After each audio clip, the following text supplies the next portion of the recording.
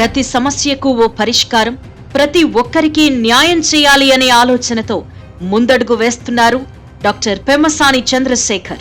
Guntur parliament నియోజకవర్గం నుంచి కూటమి అభ్యర్థిగా బరిలో ఉన్న పెమ్మసాని వినూత్న పంథాలో ప్రజలను ఆకట్టుకుంటున్నారు. ప్రజాసేవలో ఎప్పటినుంచో నిమగ్నమయ్యున్న ఆయన ఓ లక్ష్యం, ఓ ఆశయంతో రాజకీయాల్లోకొచ్చానంటూ ప్రజలకు వివరిస్తున్నారు. అన్ని వర్గాలను ఆదరిస్తూ తనను గెలిపిస్తే ఎవరికి ఏం చేస్తానో స్పష్టంగా చెబుతూ దూకుడు ప్రదర్శిస్తున్నారు. పేరు కోసమో డబ్బు కోసమో రాజకీయాలు చేయాల్సిన అవసరం తనకు లేదని, రాజకీయాల్లోకి రాకముందే అవసరమైనంత పేరు, అవసరానికి మించిన డబ్బు తన దగ్గర ఉందని కుండబద్దలు కొట్టినట్టు వెల్లడిస్తున్నారు.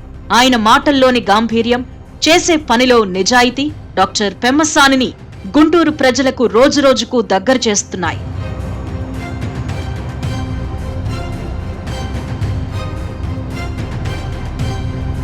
తనను గెలిపిస్తే అన్ని రంగాల్లోనూ గుంటూరును ఆదర్శవంతంగా నిలపడమే తన ధ్యేయమంటున్నారు పెమ్మసాని చంద్రశేఖర్.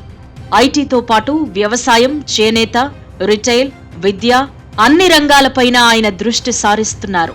ప్రధానంగా చేనేత కళాకారులకు, చేనేత ఉత్పత్తులకు సహకారం అందించాలి అన్న ప్లాన్తో ఉన్నారు పెమ్మసాని.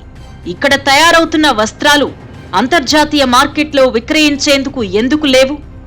నాణ్యతలో సమస్య, డిజైన్లలో లోపమా, ప్రభుత్వ సహకారంలో లోపమా అనేది విశ్లేషిస్తున్నారు. నేతన్నల కుటుంబాలు సంతోషంగా ఉండాలి అంటే వారి కష్టానికి తగిన ప్రతిఫలం దక్కాలి అని, ఆ దిశగా శక్తివంచన లేకుండా కృషి చేస్తాను అని పెమ్మసాని హామీ ఇస్తున్నారు. చేనేత వస్త్రాల నాణ్యతలో లోపాలుంటే వాటిని పరిష్కరిస్తాను అని నిపుణులతో చర్చించి ఇతర చోట్ల ఉన్న సాంకేతిక అంశాలపైన దృష్టి సారించి వాటిని వినియోగించేందుకు సిద్ధమవుతున్నారు.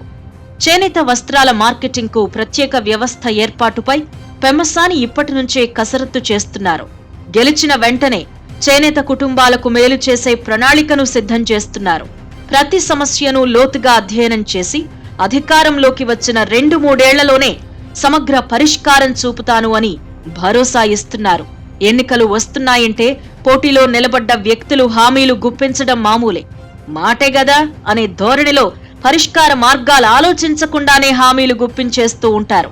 తీరా గెలిచాక వాటిని ఎలా అమలు చేయాలో తెలియక, పరిష్కారం దొరక్క ప్రశ్నించే ప్రజల నుంచి తప్పించుకు తిరుగుతూ ఉంటారు.